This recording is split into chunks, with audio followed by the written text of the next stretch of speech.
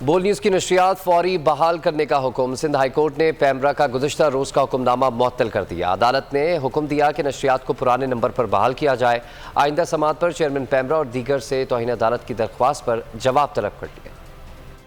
Imported حکومت کو ایک بار پھر رسوائی، بول نیوز کی پابندی کا حکم معطل کر دیا۔ سندھ ہائی کورٹ میں بول نیوز پر پابندی کے خلاف توہین عدالت کی درخواست کی سماعت ہوئی۔ وکیل نے عدالت کو بتایا کہ پیمرا نے اجلاس کے بغیر ہی بول کا لائسنس معطل کر دیا۔ گزشتہ روز پیمرا کا اجلاس ہی نہیں ہوا تو چینل کے خلاف کارروائی کیسے عمل میں لائی جا سکتی ہے؟ اپوزیشن پارٹی کے جلسے دکھانے کی وجہ سے نشانہ بنایا جا رہا ہے۔ عدالت نے بول نیوز کی استدعا منظور کرتے ہوئے نشریات فوری بحال کرنے کا حکم دے دیا اور پیمرا کا گزشتہ روز کا حکم معطل کر دیا۔ عدالت نے حکم دیا کہ نشریات فوری طور پر پرانے نمبرز پر بحال کی جائے اور حکم نامے کی کاپی پیمرا کو ای میل اور فیکس کے ذریعے ارسال کی جائے۔